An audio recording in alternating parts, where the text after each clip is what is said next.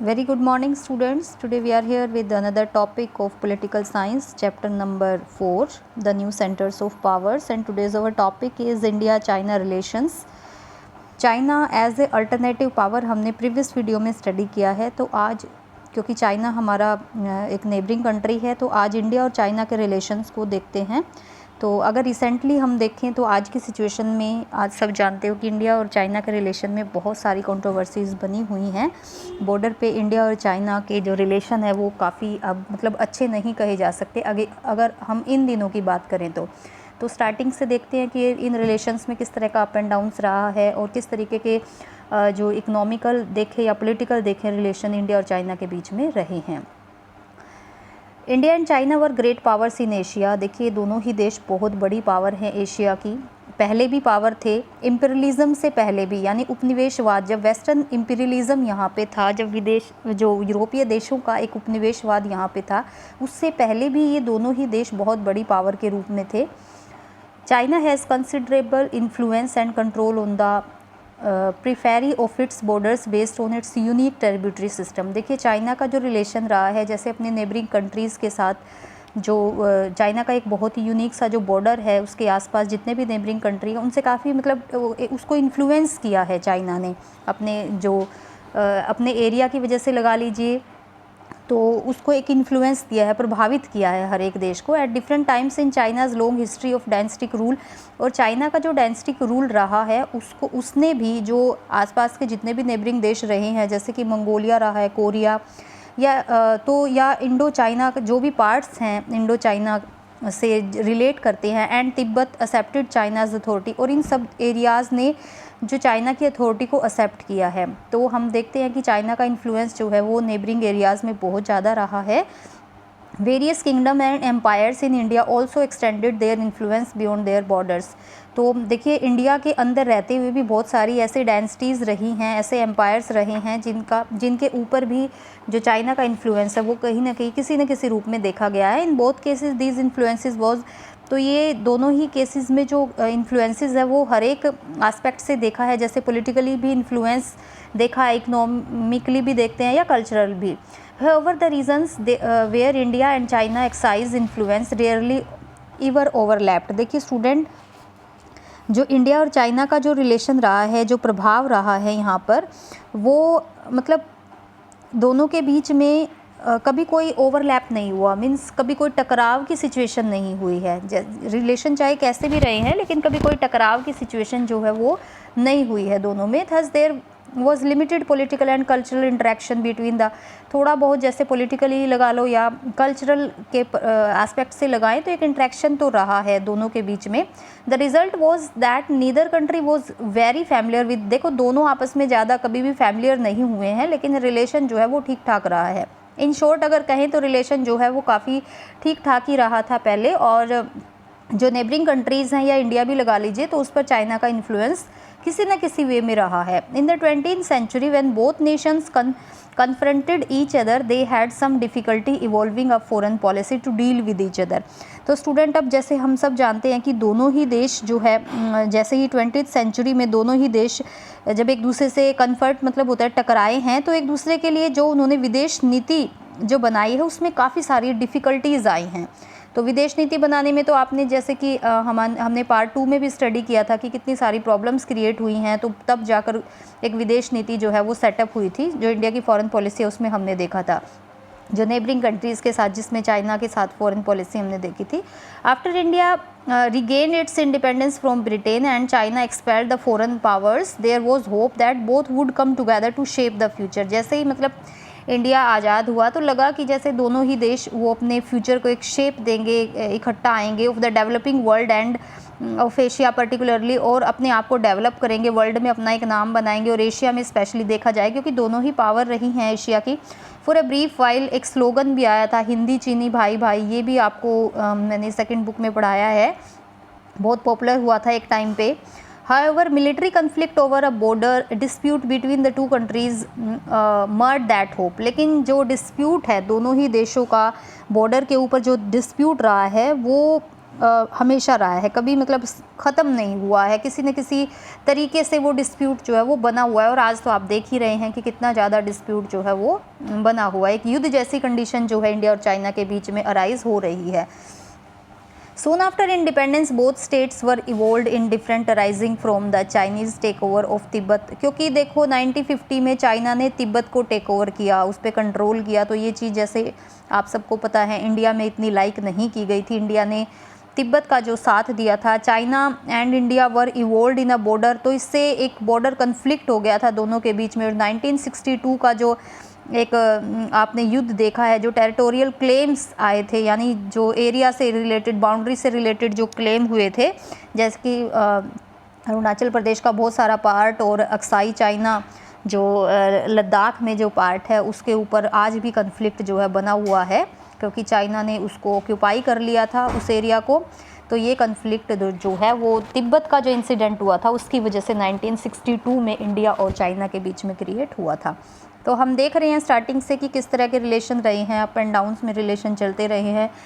The conflict of 1962 in which India suffered military reverses, देखिए आप सबको पता है कि जो मिलिट्री कन्फ्लिक्ट हुआ था, बहुत बड़ा एक युद्ध हुआ था, had long term implications for India. इससे इंडिया और चाइना के जो लंबे समय तक रिलेशन जो है काफ़ी ख़राब रहे। Diplomatic relation between the two countries were downgraded until 1976। 1976 तक तो कोई भी डिप्लोमेटिक रिलेशन बना ही नहीं, दोनों देशों के बीच में बिल्कुल ही ख़त्म हो चुका था।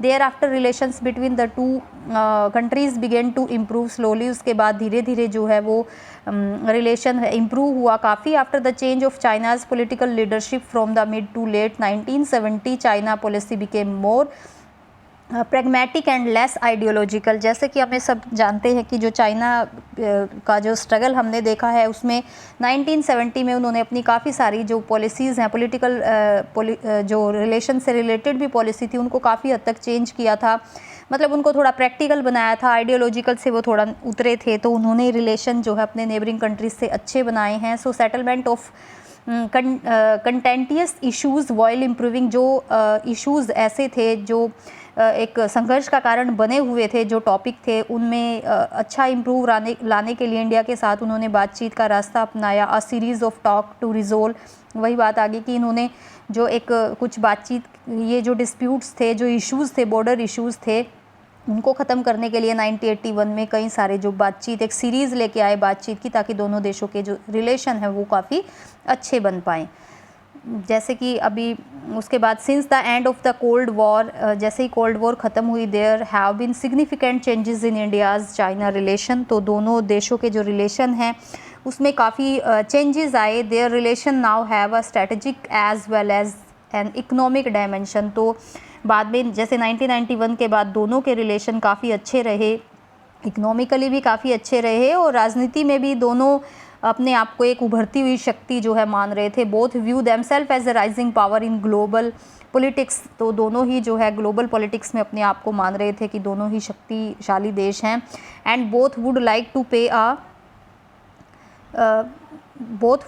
To play a major role in the Asian economy and politics. और दोनों ही देश इकोनॉमी में, जो एशिया की इकोनॉमी है उसमें अपना एक रोल जो है वो प्ले करना चाहते थे।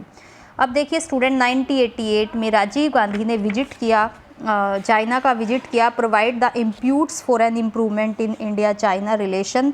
इससे क्या हुआ, एक जो मतलब सुधारने का प्रयास किया जो राजीव गांधी ने इन रिलेशंस को। उसके बाद since then both government have taken major to contain conflict and maintain peace and tranquillity. तो दोनों ही देशों ने फिर जो टकराव की स्थिति है उसको ख़त्म करने का कहीं ना कहीं दोनों ही देशों की तरफ से एफर्ट किए गए, ताकि शांति बनी रहे दोनों ही देशों के बीच में, बॉर्डर के ऊपर शांति बने रहे। They have also sign agreements on cultural exchanges. दोनों ही देशों ने काफ़ी सारे जो साइन किए एग्रीमेंट्स, जिसमें cultural exchanges and cooperation in science and technology, in science और टेक्नोलॉजी के फील्ड में भी काफ़ी सारे जो एग्रीमेंट्स हुए इनसे रिलेटेड उस पर साइन किए गए। And open 4 border post for trade. और दोनों ही देशों ने मिलकर 4 जो पोस्ट हैं वो व्यापार के लिए खोल दी दोनों देशों के लिए। With India China trade growing at 30%। अब क्या हुआ, जो इंडिया और चाइना का जो ट्रेड है, व्यापार है, वो 1999 में 30% तक दोनों देशों के बीच में चला गया, जो एक पॉजिटिव पर्सपेक्टिव था, इनके दोनों के रिलेशन जो है वो काफ़ी अच्छे उस टाइम तक हो गए। तो राजीव गांधी के जो एफर्ट्स थे उसकी वजह से काफ़ी रिलेशन जो है उसमें सुधार आया। जो ट्रेड है इंडिया के साथ वो ओपन हो गया, व्यापार होने लगा। तो आप देख रहे हो साथ ही साथ कि किस तरह के चेंजेस जो है हम देख रहे हैं इंडिया और चाइना के रिलेशन में। उसके बाद स्टूडेंट देखिए उसके बाद क्या हुआ है, bilateral trade between India and China has increased. अब जो बायलैटरल मीन्स होता है द्विपक्षीय, यानी दोनों पक्षों के बीच में जो व्यापार है इंडिया और चाइना के बीच में वो इंक्रीज्ड हुआ और 338 जो मिलियंस डॉलर में वो कन्वर्ट हो गया 1992 में, यानी एक बहुत बड़ा व्यापार जो है वो इंडिया और उसमें हुआ है। उसके बाद ये बढ़कर 2017 तक ये बढ़कर हो गया 84 बिलियन डॉलर। तो बहुत बड़ा एक इम्प्रूवमेंट जो है दोनों देशों के बीच में देखने को मिला है व्यापार में।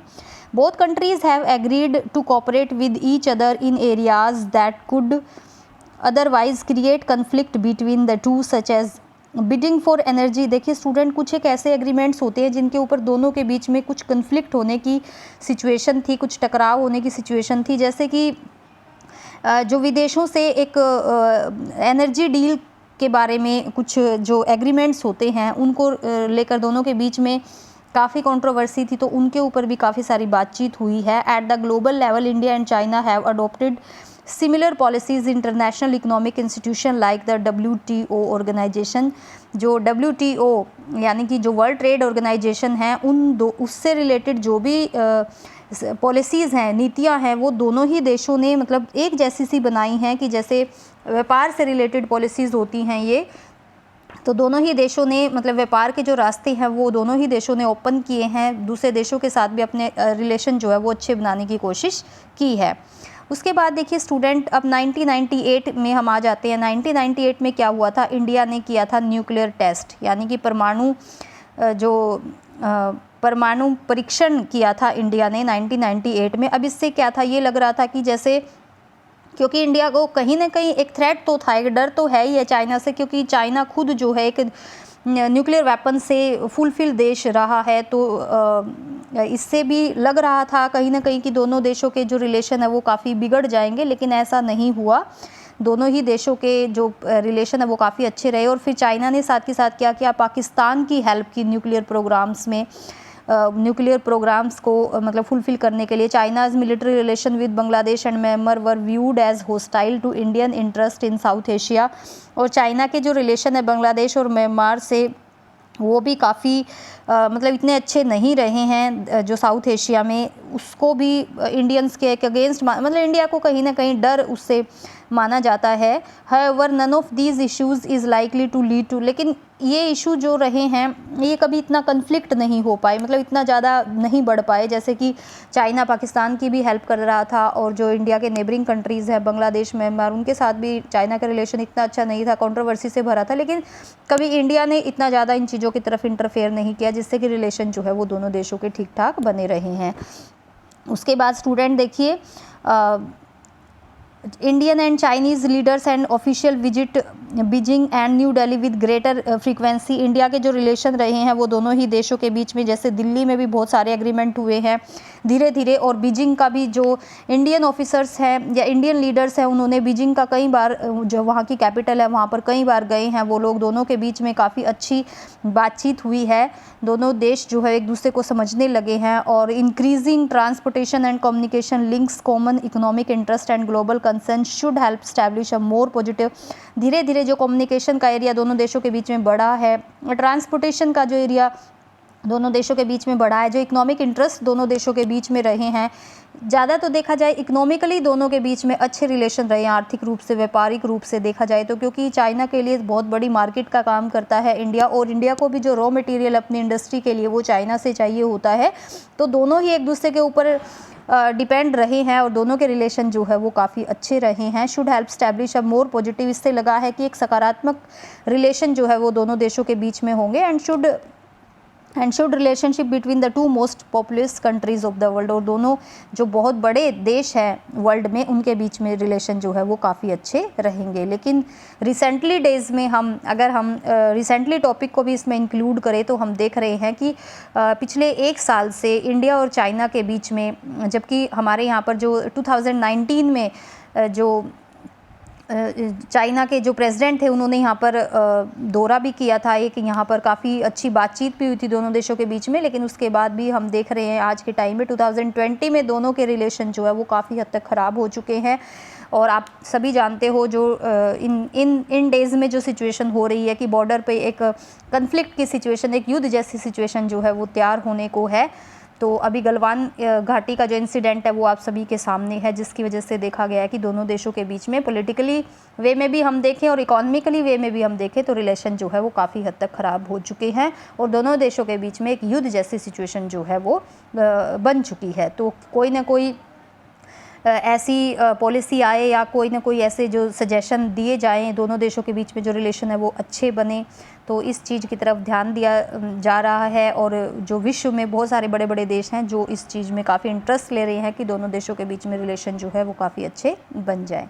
सो स्टूडेंट, ये एक अल्टरनेटिव सेंटर्स हमने स्टडी कर लिया है। अब ये चैप्टर आपका वैसे और हो गया बुक के अकॉर्डिंग, लेकिन मैंने जैसे आपको बताया कि कुछ सीबीएसई के अकॉर्डिंग कुछ नई गाइडलाइंस आई हैं, कुछ नया सिलेबस जो है वो इसमें इंक्लूड हुआ है।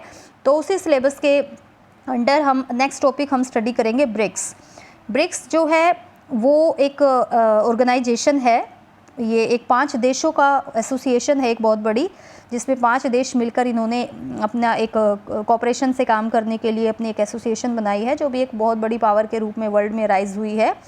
तो हम देखेंगे कि इसकी फाउंडेशन कैसे हुई, कैसे स्थापना हुई, क्या इसके ऑब्जेक्टिव्स हैं और कौन कौन से देश इसमें शामिल हैं। तो आप जो भी टॉपिक आपको बताया जाएगा आप उसको साथ के साथ राइट कर लीजिए। उसके बाद नेक्स्ट टॉपिक स्टूडेंट होगा इसमें सार्क हम अभी नहीं करेंगे क्योंकि सार्क जो है वो नेक्स्ट चैप्टर का ही एक टॉपिक है, तो वहाँ पर वो कवर हो जाएगा।